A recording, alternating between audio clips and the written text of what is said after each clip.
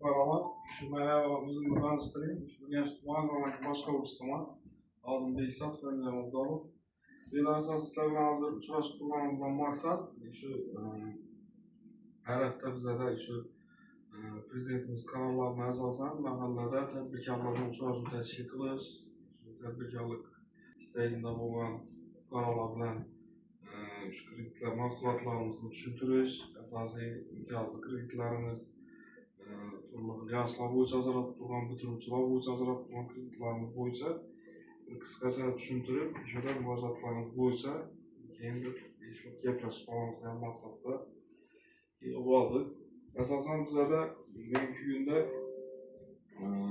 bank tomonidan ishlab chiqilgan mahsulotlarimiz mahalla loyihasi kreditlarimiz mavjud. Bu asosan shu plastik kartochkaga to'g'ridan to'g'ri 50 million so'm 5 yil muddati 25%dan 20 yillik 25%dan to'g'ridan to'g'ri shu plastik kartochkaga o'zini tushuntirib beriladi. Buni evaziga siz tomoningizdan shu mahallangizda bo'lmasa uyingizda o'tirib bir ishchi o'rnini yaratib tadbirkorlik faoliyatingizni yo'lga qo'yishlaringiz mumkin. Ikkinchisi bu biznesga birinchi qadam, ya'ni masalan hozir prямо muallimning kerakligida yo'q. Men kichkinaroq nadan boshlayman desangiz, masalan tikuvchilik yo'nalishi bo'lsin, boshqa yo'nalish bo'lsin, 17 milliongacha biznesga birinchi qadam kreditimiz bor. Muddati 5 yil muddati 25%dan 17 million to'g'ridan to'g'ri plastik kartochkaga tushib beriladi. Bundan tashqari prezidentimiz tomonidan chiqarilgan qaror va farmonlar asosan shu yoshlar uchun hozirgi kunda 18%dan prezident qarorimiz 60-sonli qarori chiqqan. 30 yoshga to'lmagan farzandlaringiz bo'lsa, bo'lmasa uyingizda bir jiyanlaringiz bo'lgan, ukalaringiz bo'lgan 30 yoshga to'lmaganlarga 100 million so'm sug'urta polisini sug'urta bilan ishlab chiqarish yo'nalishini, xizmat ko'rsatish yo'nalishini 100 milliongacha kredit beriladi. Garov mulki bilan 18%dan 300 milliondan kreditlarimiz berildi. Bitiruvchi keyin 61-sonli qarorimiz bor. Bundan bu bitiruvchi yoshlarimizni yoki bo'lmasa o'zlaringizni ishlab turgan korxonalarimiz bo'ladimi, boshqa bir o'zaliklaringiz bo'lsa,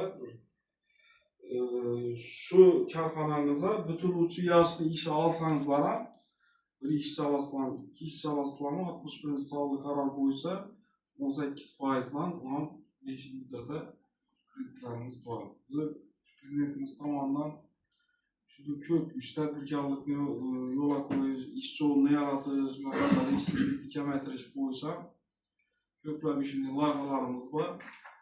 Keyin oilaviy tadbirkorlik yo'nalishi bo'yicha bor. U hozirgi kunda bizada bor edi. 2023-yilda bizadan hozir to'xtatildi. Hozirda Xalq bank bilan mikrokredit bor, lekin mahalla bizlar biriktirilgan Agrobankga bundan ham oilaviy tadbirkorlikdan 33 million, 50 million, 100 million kreditlar bor. 18%dan olish istagini bilsangiz, shu bizani mahalla bankiri, mahalla agentlarimiz bor. Shularga murojaat qilsangizlar, to'g'ridan to'g'ri shu yordam berib, ishatish kerakligi aytadi. Mikrokredit Xalq bank hammasini yo'nalish bo'yicha kredit ajratib beriladi. Asosiy masalamiz bizada shulardan iborat. Endi ba'zi endi murojaatlar bor. Bu yerda Ruslan Otaxonovich MCJ. Sizniki nom masalasi sizniki? Chorvachilik bo'yicha.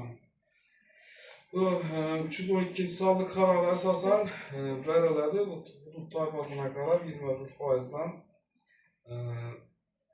chorvachilik bo'yicha 100 million arizani berdingiz. Vallahi tushuntirdi qissa masalasini. Bunday kamida 2 ishchi o'rni yaratib, ishchini doimiy ish bilan band bo'lgandan keyin hujjatlaringiz ko'rib chiqib, komissiyada javob hal bo'lsa, ajratib beriladi. Bu masala yo'q. Oldingiz kim edi? Ruslan. Keyingisi yakka tadbirkor Polvonov Ilhombek dedi. Sizga ham shu milliy shirinliklar faoliyatini kengaytirish maqsadidagi 312-sonli qaror asosan shu toifalarga bo'lingan, siz tushuntirib bergansiz bo'yicha shu kamida 2 ishchi o'rni yaratgan holda 1%dan ajratib beramiz. hujjatlarni taqdim qilgan bo'lsangiz,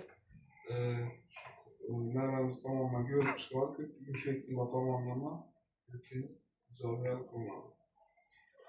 Qodirov Shohsalom deydi. Qodirov oilasi oladigan, mesela tushuntirdi hujjatlarni.